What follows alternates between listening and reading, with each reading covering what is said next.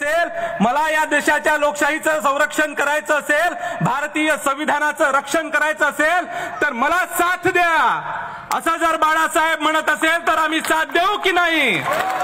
मग भारतीय लोकशाही टिकवण्यासाठी वंचित बहुजन आघाडी या ठिकाणी निर्माण झाली, कारण भारतीय संविधानाचे या ठिकाणी जर लक्तरे उडवल्या जात असेल, भारतीय संविधानाचे पानते टराटरा फाडून राहिले, असे कसे तुम्ही रे अजूनही बायको संघ झुलून राहिले?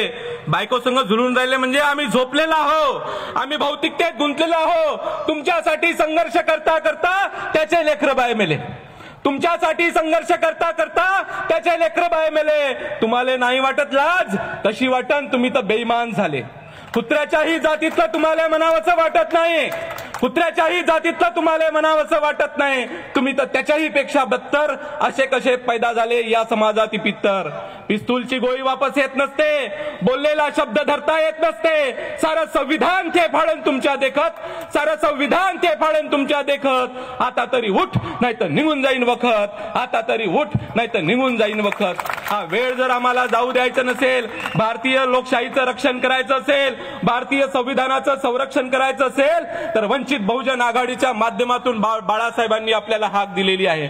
एक लक्षात घ्या, मताचा अधिकार बाबासाहेबांनी कोणत्या संघर्षातून दिला, मताचा अधिकार बाबासाहेबांनी कोणत्या त्यागातून दिला, मताचा अधिकार आम्हाला कोणत्या बलिदानातून दिला. त्या बलिदानाचा इतिहास थोडासा डोकावून पहा, त्या इतिहासात सुद्धा डोकावून पहा. काय काय या ठिकाणी बाबासाहेबांना आपल्याला मताचा अधिकार देण्यासाठी गमवावं लागलं, त्याचा इतिहास तपासून पहा आणि तुम्हाला दिसेल की या जमिनीत गाडलेला रमेश, या जमिनीत गाडलेला गंगाधर, या जमिनीत गाडलेली इंदू, या जमिनीत गाडलेला राजरत्न आमच्या मताधिकारासाठी जर मेल्या असेल आणि आम्ही जर बेईमान होत असू तर सर्वात मोठे नालायक आम्ही ठरू.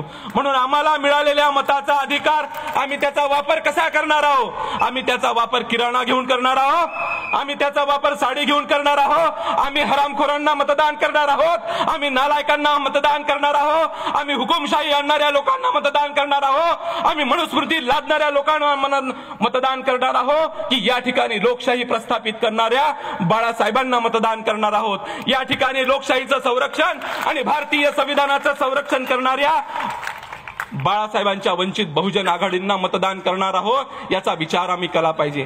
कारण हा त्याग, हा बलिदान, हे बलिदान, हा त्याग, हा संघर्ष जर बाबासाहेबांनी केला असेल तो इतिहास वाचा, त्या इतिहासात डोकावून पहा.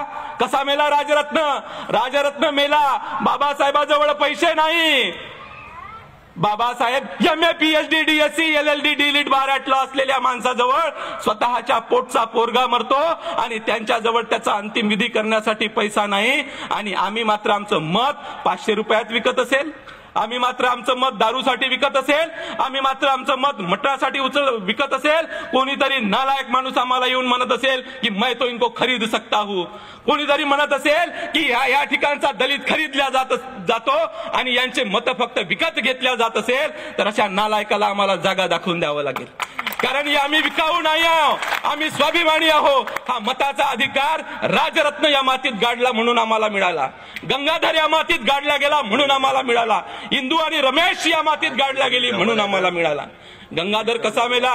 गंगाधर बिमार आहे म्हणून रमाई एका बाजूच्या माणसाला आवाज देते आणि म्हणते की याला दवाखान्यात घेऊन जायचं आहे. गंगाधरला दवाखान्यात घेऊन घेतलं जातं. तो डॉक्टर काय म्हणतो? बाई, तुम्ही मागचे पैसे दिले नाही, तुमच्या मुलाचा मी इलाज करत नाही. ज्या गंगाधरचा बाप लंडन स्कूल ऑफ इकॉनॉमिक्स मध्ये अर्थशास्त्राचे सिद्धांत मांडून राहिला, ज्या गंगाधरचा बाप या देशाचं अर्थशास्त्र कसं असलं पाहिजे, या देशात पैसा कसा निर्माण झाला पाहिजे यासाठी सिद्धांत मांडण्यासाठी तो लंडन स्कूल ऑफ इकॉनॉमिक्स मध्ये अभ्यास करतोय, त्या गंगाधरचा मृत्यू बिना पैशानं होतो आणि म्हणून बिना पैशानं इलाज केला जात नाही. म्हणून ती रमाई त्याला आपल्या खांद्यावर टाकते, धावत धावत नगरपालिकेच्या दवाखान्यात नेते, त्याला टेबलवर टाकते. गंगाधर केव्हाचाच मेलेला असतो. हा त्याग जर बाबासाहेबांनी केला असेल, हा त्याग जर बाबासाहेबांच्या संघर्षातून आलेला असेल, बाबासाहेबांनी केलेल्या बलिदानातून आला असेल तर या मताचा अधिकार आम्ही कशा पद्धतीनं करायला पाहिजे याचं स्वातंत्र्य तुम्हाला आहे. एवढंच नव्हे, रमाई नावाचा दाना या मातीत बाबासाहेबांनी या रमाईंसाठी मिळवला, या देशाच्या भवितव्यासाठी मिळवला. ज्या माऊलीचा नवरा MA PhD DSc LLD DLitt bar at law आहे आणि तिला खायला अन्न नाही म्हणून TB होते आणि ती बिना अन्नाची TBनं मरते आणि मरणासन्न अवस्थेत असताना हा भीमराव आंबेडकर नावाचा माणूस, बाबासाहेब नावाचा माणूस ग्रंथालयामध्ये अभ्यास करतो आणि अभ्यास करतो तेव्हा डॉक्टर म्हणते की तुमची बायको या ठिकाणी मरून राहिलेली आहे आणि तुम्ही या ग्रंथालयात अभ्यास करता आणि म्हणून तो डॉक्टर म्हणते का उठा आणि तुमच्या बायकोला भेटायला जा. नामदेवरावजी जावरकर यांचं बायकोला भेटायला जा. तेव्हा बाबासाहेब काय म्हणतात की अशी रमाई याच्यानंतर मरू नये म्हणून मला एका रमाईचं बलिदान द्यावं लागेल. ही अशी रमाई मरू नये म्हणून मला एका रमाईचं बलिदान द्यावं लागेल. त्या रमाईच्या बलिदानामधून जर ही रमाई तयार झाली असेल, या रमाईला दिलेला मताचा अधिकार मिळत असेल तर या रमाईनं पांढऱ्या साडीसाठी आपलं मत विकावं काय? या रमाईनं किराण्यासाठी आपलं मत विकावं काय? या राजरत्नानं, या रमेशनं, या इंदूनं, या गंगाधरनं आपलं मत